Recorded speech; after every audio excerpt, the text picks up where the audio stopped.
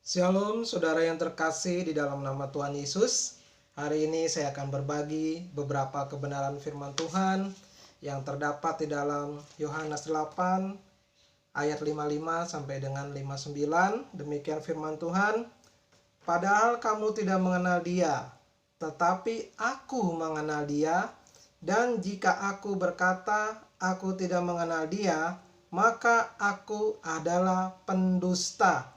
Sama seperti kamu, tetapi aku mengenal Dia dan aku menuruti firman-Nya.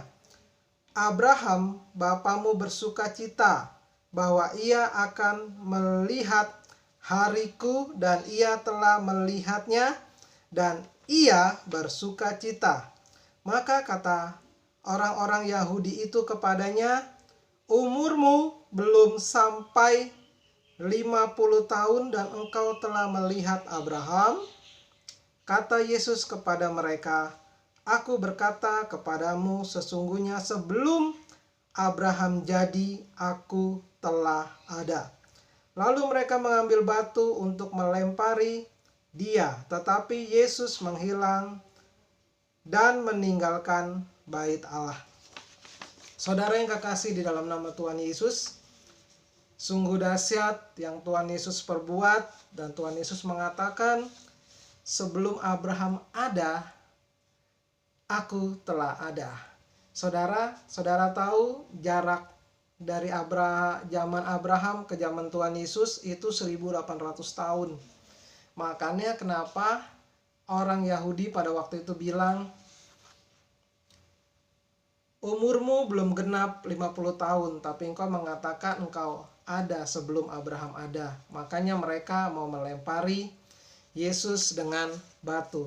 Tetapi Tuhan Yesus tiba-tiba menghilang. Saudara, eksistensi Tuhan Yesus sangat luar biasa. Bahkan Tuhan Yesus katakan, sebelum Abraham ada, aku telah ada. Wow, siapakah dia ini saudara? 1800 tahun. Tuhan Yesus katakan, sebelum Abraham ada, aku udah ada. Siapakah dia? Dia adalah Allah Bapa. Tuhan Yesus adalah perwujudan eksistensi daripada Allah Bapa itu sendiri melalui firman yang menjadi manusia.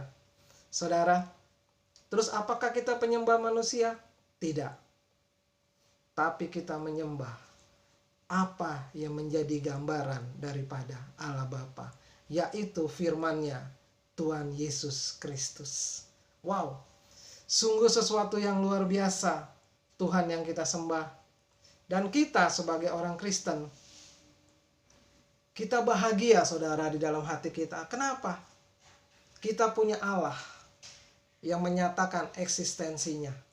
Kita punya Allah yang menyatakan kehadirannya. Bahkan dengan semua mukjizatnya yang tidak akan pernah bisa dilakukan oleh manusia.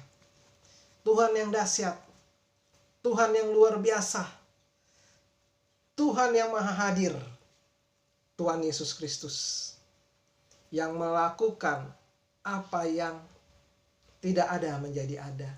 Contoh tentang Lazarus yang sudah meninggal selama 4 hari.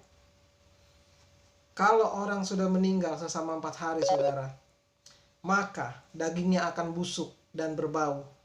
Tetapi apa yang Tuhan Yesus perbuat? Sesuatu yang rusak, sesuatu yang busuk, sesuatu yang hancur dan tidak bisa diperbaiki, Tuhan Yesus bisa memperbaikinya.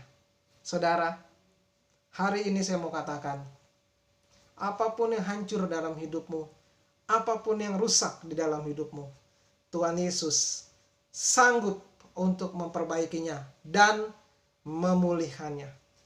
Itulah Tuhan yang kita sembah. Di dalam Matius 28 ayat 18, Tuhan Yesus mengatakan, Yesus mendekati mereka dan berkata, kepadaku telah diberikan segala kuasa di surga dan di bumi. Saudara, siapakah orang yang berkata, kepadanya diberikan kuasa di surga dan di bumi, selain daripada Tuhan Yesus Kristus? maka kita layak memanggil dia Allah. Maka kita layak memanggil dia Tuhan. Kenapa? Segala kuasa di surga dan di bumi ada di dalam tangan firman yang hidup, yaitu Tuhan Yesus Kristus. Saudara, renungkan hal ini. Berbahagiakah kita memiliki Tuhan yang menyatakan eksistensinya di dunia ini? Amin. Terus kita lanjut lagi. Wahyu 1 ayat 8 dikatakan, Aku adalah Alfa dan Omega, firman Tuhan Allah, yang ada dan yang sudah ada dan yang akan datang, yang Maha Kuasa. Wow. Saudara masih meragukan Tuhan Yesus sebagai Tuhan dan Juru Selamat? Kita renungkan hari ini tentang kebenaran ini. Saudara, Yohanes 10 ayat 17, firman Tuhan katakan, Bapa mengasihi aku, oleh karena aku memberikan nyawaku untuk menerimanya kembali. Saudara, ada orang mengatakan kalau Yesus takut akan kematiannya di kayu salib. Tapi firman ini mengatakan Bapanya mengasihi Yesus karena ia memberikan nyawanya. Saudara, kalau orang sudah niat memberikan nyawanya, tidak ada pernah kata takut dalam kamus kehidupan Tuhan Yesus. Karena apa? Tuhan Yesus akan menerimanya kembali. Karena Tuhan Yesus diberikan kuasa untuk memberi dan mengambilnya kembali. Karena dia apa, saudara? Dia berkuasa di bumi dan di sorga.